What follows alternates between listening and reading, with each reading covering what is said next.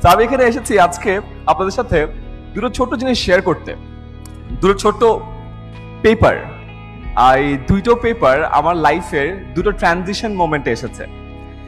প্রথম পেপারটা এসেছে আমার ঠিক এইচএসসি পরীক্ষার পরে।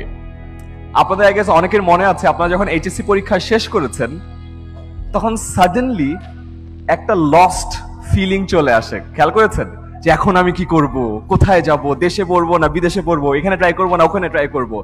এন্ড সাডেনলি আপনি একটা আইডেন্টিটি ক্রাইসিসে ভোগেন। স্কুলে ছিলেন ও কি স্কুল স্টুডেন্ট, কলেজে উঠেছেন কলেজ স্টুডেন্ট, এইচএসসি পাস করে ফেলেছেন, এখন কি? এখন আপনি কলেজ স্টুডেন্টও না, ইউনিভার্সিটি স্টুডেন্টও না, আপনি অ্যাডমিশন সিকার। এই পরিস্থিতিটা কিন্তু বেশ নার্ভাস, রাইট? একটা নার্ভাস ব্রেকডাউন হয়। ঠিক সেই মুহূর্তে আমি আমার প্রথম একটা পেপার পেয়েছিলাম, এটা কল্ড গ্রিন কার্ড। আর্মির জন্য আইএসএসবি তে অ্যাপ্রুভাল পেয়েছিলাম। সো শেষমেশ আর্মিতে আমার যাওয়া হয়নি, আমি ডিসিশন চেঞ্জ করে ঢাকা বিশ্ববিদ্যালয়ে এসেছি এবং এই জিনিসটা আমার লাইফে একটা টার্নিং পয়েন্ট ছিল। এটা বলতে এটাই বোঝাচ্ছি যে একটা ট্রানজিশন পিরিয়ডের ছোট্ট একটা ডিসিশন আপনার লাইফে একটা বড় পরিবর্তন নিয়ে আসতে পারে। ঠিক তেমনি ভাবে আপনারা এখন আরো একটা ট্রানজিশন মোমেন্টে আছেন। আজকে গ্র্যাজুয়েশনের ঠিক আগ মুহূর্তে আপনি একজন স্টুডেন্ট ছিলেন, গ্র্যাজুয়েশনের ঠিক পরে আপনি আবারও একটা ছোট্ট আইডেন্টিটি ক্রাইসিসে পড়বেন। কারণ আপনি তো আর স্টুডেন্ট না, আপনি কি? আপনি তো এখনো চাকরিও হয়তো করছেন না, আপনি কি বার্ডেন, আপনি কি বেকার, আপনি কি? এন্ড এই আইডেন্টিটি ক্রাইসিসটা ইজ ভেরি ডিফিকাল্ট। এন্ড এই আইডেন্টিটি ক্রাইসিসটার এই মোমেন্টে মানুষ আরো কিছু ডিসিশন নেয়। সো আমি আমার লাইফে ওই সেম আইডেন্টিটি ক্রাইসিসের সময় আরেকটা খুব সুন্দর জিনিস পড়েছিলাম, যেটা আমার এই কাগজে আছে। একটা কোটেশন বা একটা উক্তি, যেটা আমি আপনাদের সবার সামনে পড়ে শোনাতে চাই। উক্তিটি হলো, most people die at 25 and are not buried until 75. It means বেশিরভাগ মানুষ 25 বছর বয়সে, আপনাদের এই বয়সে মারা যায় এবং 75 বছর বয়সে তাদের পক্ষে কবর দেওয়া হয় না। এটার মানে হলো এই যে ট্রানজিশন পিরিয়ডটা, আপনি সাডেনলি আইডেন্টিটি ক্রাইসিসে ভুগছেন।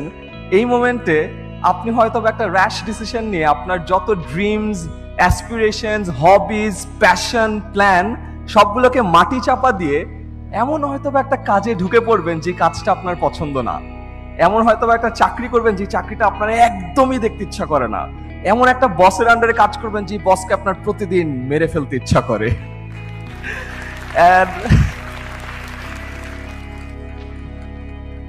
আমি জানি না আমাদের মাননীয় শিক্ষামন্ত্রী কি বলবে, মেরে ফেলার কথা বলার পর এত তালি পেলাম। এই মোমেন্টে যখন আপনি আপনার ড্রিমস, অ্যাসপিরেশনস, প্ল্যান সবকিছুকে মাটি চাপা দিয়ে ওই কাজটাতে চলে যাচ্ছেন, আপনি কিন্তু আসলে আপনার নিজেকে মেরে ফেলছেন। আপনার সেই স্বপ্নগুলো কিন্তু আর নাই। At the end of the day আপনি 9টা 5টা চাকরি করবেন, ওই একই কাজ করতে করতে করতে করতে 75 বছর বয়সে আসলে আপনাকে মাটি চাপা দেওয়া হবে। কিন্তু যদি আপনি চিন্তা করে দেখেন, আপনি কিন্তু মারা গেছেন এই 25 বছর বয়সেই। সো আপনাদের লাইফের এটা সেকেন্ড ট্রানজিশন মোমেন্ট। এই ট্রানজিশন মোমেন্টটা অনেক ডিফিকাল্ট, এন্ড এই মোমেন্টে আপনাদের একটা আইডেন্টিটি ক্রাইসিস হবে। আমি জাস্ট আপনাদেরকে একটা রিকোয়েস্ট করব, please please please please don't die at 25, live. চাকরি একটা হয়তো বা করেন, অসুবিধা নাই, বাট আপনার প্যাশনটাকে মারা যেতে দিয়েন না। Because at the end of the day ওটা যদি মারা যায়, আপনি মারা যাবেন। অ্যান্ড ফাইনালি, আমি যদিও অঙ্ক আর ইংরেজি পড়াই, আমি প্রতিদিন প্রায় 4-5 লক্ষ স্টুডেন্টকে পড়াই, বাট আমার কোর প্যাশনের জায়গা হলো হ্যাপিনেস। আমি ইলিয়াস ভাইকে একটু আগে বলছিলাম, হ্যাপিনেস নিয়ে কথা বলার একটা মজার বিষয় হলো এটাকে কেউ কখনো ডিফাইন করতে পারে না, এক একজনের এক একটা ডেফিনেশন, কথা বলে অনেক মজা লাগে। সো হ্যাপিনেসের একটা ছোট্ট জিনিস যদি খেয়াল করে দেখেন, বয়স যত বাড়তে থাকে মানুষকে খুশি করা ততই কঠিন হয়। একটা ছোট্ট একটা বাচ্চাকে সামনে যায়, দেখবেন বাচ্চা হাসতেছে। আর একটু বড় হয়, একটু খেলনা দেন, ও খুশি হয়ে যাবে। আস্তে আস্তে আমাদের যখন বয়স বাড়ে, আপনি অনেক কিছু করেন, বাট আপনি অন্য মানুষকে খুশি করতে পারবেন না। সো আমি আজকে আমার এই স্পিচের মাধ্যমে আমি আপনাকে দুটো টেকনিক জানিয়ে দিতে চাই, কিভাবে মানুষকে খুশি করবেন এন্ড কিভাবে নিজেকে খুশি করবেন। Make your happiness affordable. আমরা যত দিন যায় আমাদের সুখটাকে অনেক দামি করতে থাকি। আমি আবারও ইলিয়াস ভাইকে বলছিলাম, আমার এখানে একটা কোট পিন আছে, এই কোট পিনটার দাম মনে হয় 30 টাকা। এটা যখন আমি বানিয়েছিলাম আমার খুব ভালো লেগেছিল, আরে 10 মিনিট স্কুলে একটা আলাদা কোট পিন, আমার খুব মজা লেগেছে। এখন যখন আমি নতুন স্যুট বানাই আমার এতটা মজা লাগে না। চিন্তা করে দেখেন, আমার সুখের দাম আগে ছিল মাত্র 20 টাকা, এখন আমার সুখের দাম 20,000 টাকারও বেশি হয়ে গেছে। যখন ছোট ছিলাম বাসা থেকে 10 টাকা টিফিনের টাকা পেতাম, 6 টাকা দিয়ে ডিম চপ খেতাম, 4 টাকা রেখে দিতাম। ওই 4 টাকা দিয়ে 2 টাকার আচার খেতাম, 2 টাকার ফুচকা খেতাম। ওই 2 টাকার যে খুশি ছিল, এখন রেস্টুরেন্টে হাজার হাজার টাকার স্টেক খেলেও কিন্তু ওই আনন্দ পাওয়া যায় না।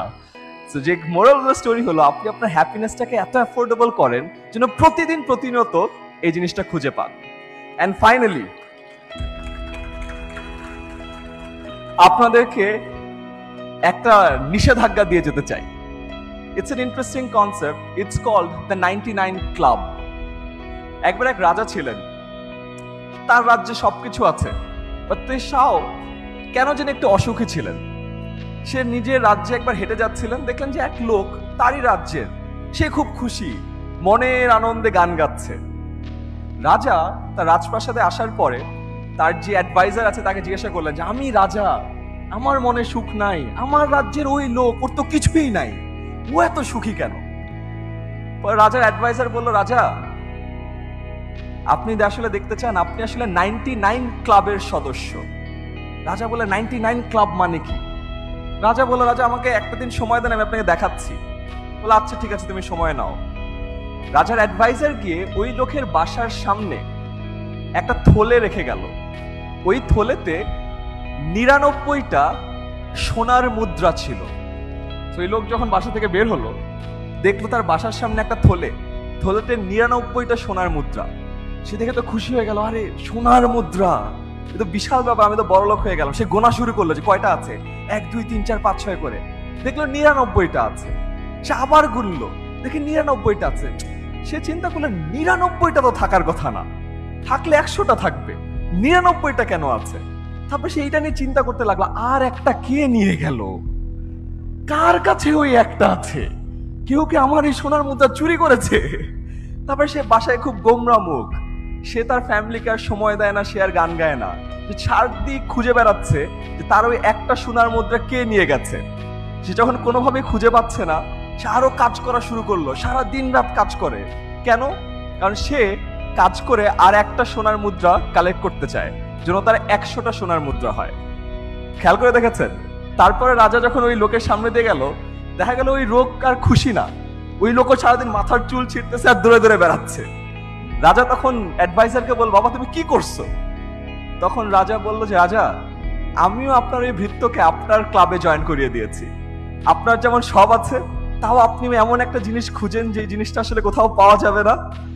আরো সবই আছে, 99টা সোনার কয়েন আছে, এক্সট্রা একটা দিয়ে কিছুই হবে না, কিন্তু সেটা খুঁজতে খুঁজতে সে তার সম্পূর্ণ হ্যাপিনেস জলাঞ্জলি দিয়ে দিয়েছে।